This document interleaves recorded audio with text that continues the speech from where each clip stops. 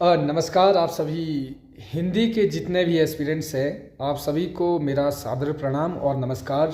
उम्मीद है कि आप सभी स्वस्थ हैं और सब कुछ कुशल मंगल है। आज की इस वीडियो में मैं आपके साथ विस्तृत में बात रखूंगा, क्योंकि आप लोगों का भी साहित्य से संबंध है और मेरा भी साहित्य से ही संबंध है। आपको एक बात कहना चाहूँगा, सीबीएसई का एग्ज़ाम है आपका 15 तारीख को, और अभी आपके पास सिर्फ 3 से 4 दिन बचे हुए हैं। अब आप लोगों ने जितनी प्रिपरेशन करनी थी आप लोगों ने वो कर ली है, और मैं आपका दोस्त आपको मैं जानता हूँ मुझसे बहुत ज़्यादा अनुभव रखने वाले आप लोग हैं और आप अपनी फील्ड में मुझसे बेहतर जानते हैं, लेकिन फिर भी एक छोटा सा अनुभव, शायद मेरा छोटा सा अनुभव किसी एक भी पर्सन के लिए काम आ जाए तो मैं समझता हूँ ये वीडियो बनाना सार्थक हो जाएगा। जी हाँ दोस्तों, सबसे पहले तो आप लोगों ने पूरा सिलेबस अपना कवर कर लिया होगा, चाहे वो कोई भी आपका जो है वो सेक्शन बटी हुई है, आदि काल, आपका भक्ति काल, जितने भी काल आप लोगों के डिवाइडेड हैं, और जो आपको सिलेबस में बटा हुआ है, जिस तरीके से दिया हुआ है, वही चीज़ें जो है आपके एग्ज़ाम में पूछी जाएगी। आपका एग्ज़ाम है या मेरा एग्ज़ाम है, पैटर्न बिल्कुल सेम रहता है। आपको कुछ बातें बताना चाहूँगा एग्ज़ाम से पहले। जो मैचिंग क्वेश्चन होंगे वो बहुत इजी होंगे। आप मिलना मुझे, आप कमेंट करना बाद में कि आपने बिल्कुल कहा था कि मैचिंग क्वेश्चन बहुत आसान होंगे। मैचिंग क्वेश्चन ऐसे होंगे कि आपके देखने मात्र से ही ऑप्शन जो है वो बिल्कुल करेक्ट हो जाएगा। यानी कि आप ये लेकर चलिए कि आषाढ़ के दिन और गोदान किसने लिखा है, वही मैच करेंगे आप, और वहीं के से क्वेश्चन जो है वो आपका ठीक हो जाएगा। हाँ, मैं तोड़ती पत्थर से मान के चलो एक लाइन उठा दी, वहीं से क्वेश्चन ठीक हो जाएगा। ऐसे क्वेश्चंस आपको बहुत सारे देखने को मिलेंगे, यानी कि 25 से 30 क्वेश्चंस बिल्कुल बेसिक्स से भी बेसिक्स आपको देखने को मिलेंगे।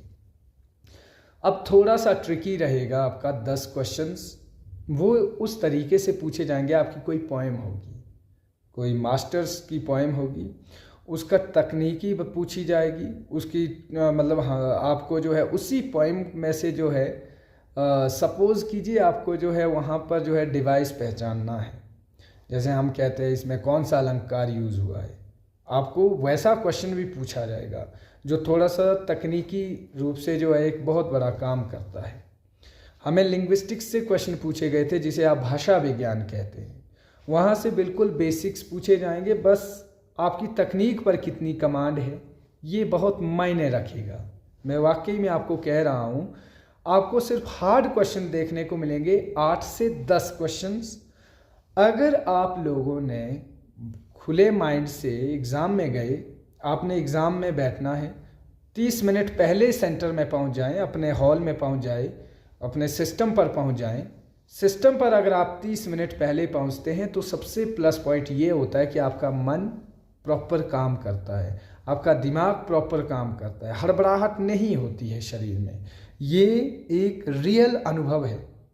हम जब एग्ज़ामिनेशन हॉल में जो है 5 मिनट लेट पहुंचेंगे, वही ट्रॉमा ख़त्म नहीं होता, वही टेंशन ख़त्म नहीं होती। एक दिन पहले कहीं आपका दूर दराज, मान के चलो आप शिमला में रहते हैं, आप बिलासपुर में आपका सेंटर है, तो आप एक दिन पहले चले जाओ, कोई बात नहीं।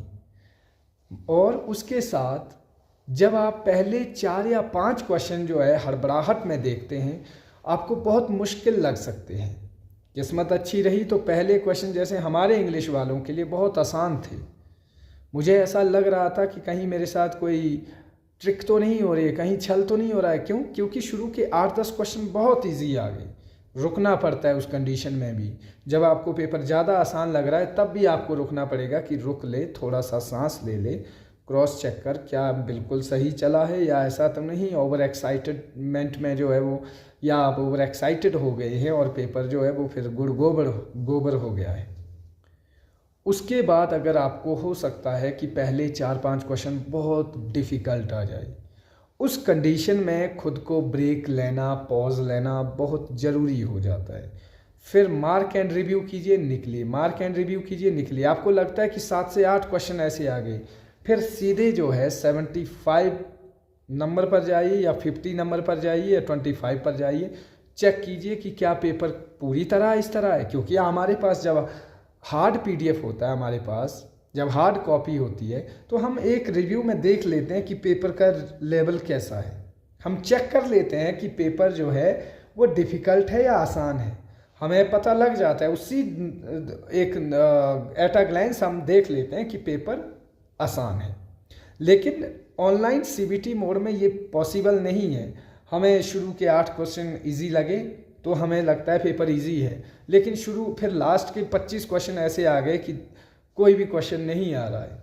तो इस कंडीशन में खुद को तैयार करना बहुत ज़रूरी होता है। बीइंग हिंदी साहित्य के स्टूडेंट्स, याद रखना व्याकरण में आपकी गलती नहीं होनी चाहिए। आपकी गलती अगर व्याकरण में हो रही है, कई बार ऐसा होता है कि आप गलती जो है वो व्याकरण में कर जाते हैं, जो बहुत बेसिक होता है। आप समास में गलती कर रहे हो, आप संधि में गलती कर रहे हो, जो एक मास्टर स्टूडेंट से एक्सपेक्ट नहीं किया जाता, खासकर जब आप इतने बड़े लेवल पर एग्ज़ाम दे रहे हो बेसिक से। हालांकि गलतियां होना लाजमी है, बट यहाँ पर गलती हो गई तो समझ लो फिर आप बाहर हैं। 84, 85, 88 स्कोर आपका है। आपने 2 क्वेश्चन ग्रामर के गलत कर दिए, कहने को 2 है पर वहाँ 2 क्वेश्चन आपने लिटरेचर के गलत कर दिए, फिर आपके 4 हो गए। आपका स्कोर 88 होना था, आप 84 पे हो गए। आपका सिलेक्शन चांसेस जहाँ पर 100% था, अब वहाँ पे 99% जो है वो बाहर का हो गया। तो बेसिक सी बात ये है कि ग्रामर को बड़े ध्यान से देखें, क्वेश्चन को पूरा पढ़ना है। ऐसे नहीं, कई बार आप पढ़ते हैं change into past perfect tense और नीचे डिड देखा नहीं, क्वेश्चन सॉल्व किया नहीं, पास्ट परफेक्ट पूछा है, पास्ट इंडेफिनिट नहीं पूछा है। कई बार क्वेश्चन आएगा प्रेजेंट इंडेफिनिट को पास्ट इंडेफिनिट में बदलो, प्रेजेंट इंडेफिनिट को पास्ट परफेक्ट में बदलो। सबसे पहले तो रूल्स आपके माइंड में होने चाहिए। उसी तरह हिंदी व्याकरण है आपका, बहुत सारी चीज़ें जो है आपको 10 से 12 क्वेश्चन जो है वो हिंदी व्याकरण से पूछे जाएंगे, ये डेफिनेट है। इवन 12 से 15 पॉसिबिलिटीज़ है आपको व्याकरण, और आपका जो बीएड पोर्शन है वो भी आपको 12 से 15 क्वेश्चन नहीं 18 क्वेश्चन पूछे जाने की पॉसिबिलिटीज़ है। क्योंकि आपका और हमारा पैटर्न बिल्कुल सेम रहता है। साहित्य का है वो ज़्यादा मेहनत नहीं करना चाहते, उनको पता है हिंदी बीएड पोर्शन हिंदी में लिखो क्योंकि इनको इंग्लिश में डालने की ज़रूरत नहीं है, तो वो अपने काम से बचेंगे, वो सीधे 18 क्वेश्चन फ्रेम करेंगे और डाल देंगे। वहीं पे वो व्याकरण के जो है क्वेश्चन सीधे डालेंगे, फ्रेम नहीं करेंगे। और जीके का भी वो वैसे ही करेंगे क्योंकि आपके लिए ऑप्शन इंग्लिश नहीं आएगा। पहली चीज़ तो माइंड में ये ध्यान रखनी है कि आपको इंग्लिश ऑप्शन नहीं आएगा, आपको काम करना पड़ेगा। और दूसरी चीज़ जो इम्पोर्टेंट बात, सबसे इम्पोर्टेंट बात यह है कि जब आप साहित्य के क्वेश्चन सॉल्व कर रहे हैं तो एक पूरी तरह से पिक्चर बनाएं माइंड में। पिक्चर कौन सी? जब आप सॉल्व कर रहे हैं पीछे देखते जाएं कि मैंने मार्क एंड रिव्यू के लिए कितने छोड़े हैं।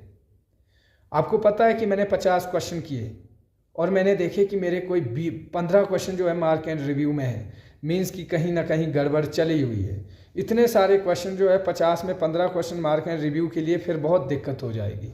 आपका पेपर बिल्कुल सटीक होना चाहिए, आपको ज़्यादा क्वेश्चंस में दिक्कत नहीं रहनी चाहिए कि आप ऐसे नहीं कि मैक्सिमम क्वेश्चन आपने मार्क एंड रिव्यू के लिए छोड़ दिए हैं, फिर वहाँ पर जो है आपका स्कोर निम्न रहने की बहुत आशंका है। अपने क्वेश्चंस को फर्स्ट ही राउंड में टैकल करने की कोशिश करें, समय की भी कमी है वहाँ पर।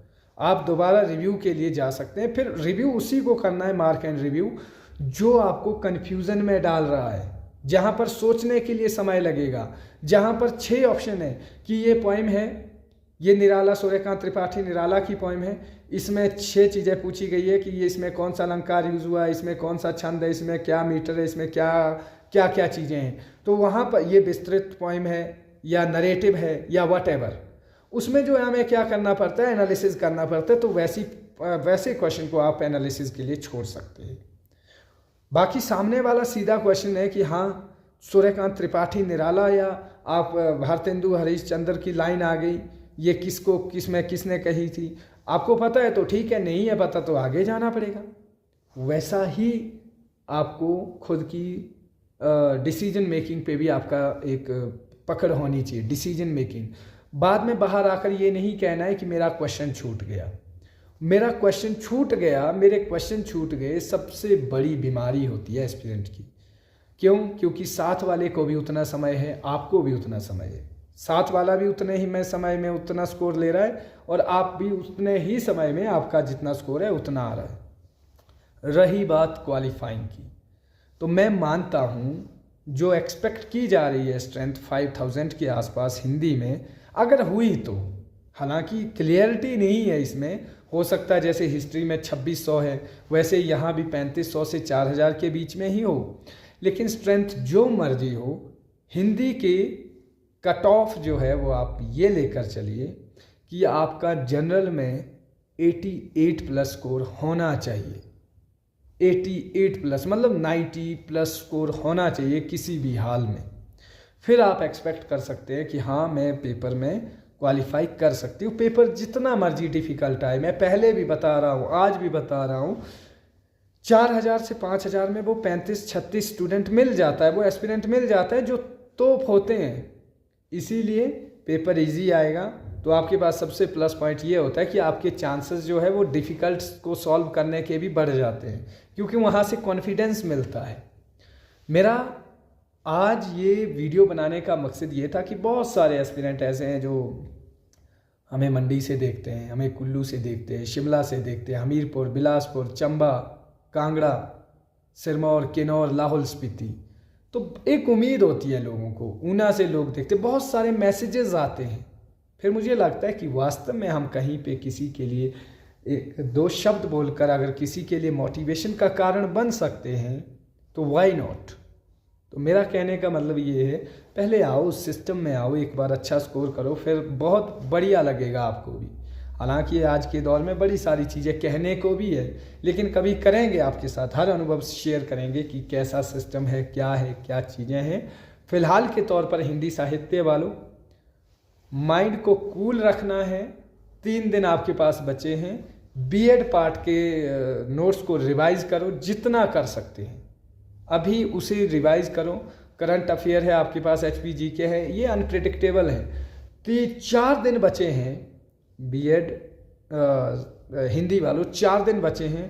3 चीज़ों को फोकस करो, BEd, Hindi grammar, English grammar अगर अच्छा नहीं है तो मत देखो, क्योंकि 2 से 3 क्वेश्चन आएंगे। 1 वर्ड सब्स्टिट्यूशन कौन सा आएगा आप भी नहीं जानते।